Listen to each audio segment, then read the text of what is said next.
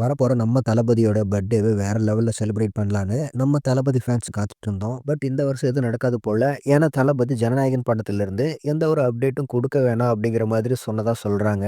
ஏன்னா இப்ப போயிட்டு இருக்க பொலிட்டிக்கல் ரீதியான சிச்சுவேஷன அது டைவர்ட் பண்ற மாதிரி இருக்கும்னு சொல்றாராம். ஸோ இந்த வருஷம் தளபதி ஃபேன்ஸ்க்கு எதுவும் சினிமா சார்ந்த செலிப்ரேஷன் இருக்க வாய்ப்பில்ல.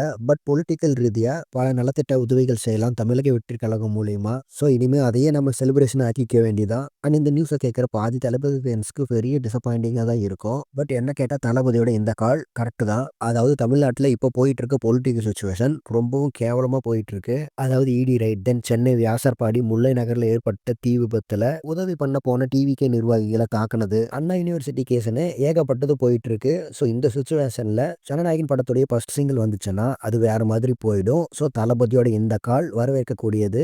ஆனால் அப்படின்னா ஜனநாயகன் படத்துலேருந்து அப்டேட் எப்போ ப்ரோ வரும்னு கேட்டிங்கன்னா படம் ரிலீஸ் ஆகிறதுக்கு முன்னாடி வரும். அதாவது ஒரு மாதம் இருக்கும்போது. ஸோ இந்த பிளானில் தான் தளபதியும் ஜனநாயகன் பட டீமும் இருப்பாங்கன்னு நினைக்கிறேன். ஸோ வெயிட் பண்ணி பார்க்கலாம். தென் ஃபைனலாக தளபதியோட இந்த முடிவு பற்றின உங்களுடைய ஒப்பீனியனை கமெண்ட்ஸில் சொல்லுங்கள். அண்ட் இது மாதிரியே தளபதி பற்றின அப்டேட்ஸ்க்கு நம்ம சேனலை மறக்காமல் சப்ஸ்கிரைப் பண்ணுங்கள்.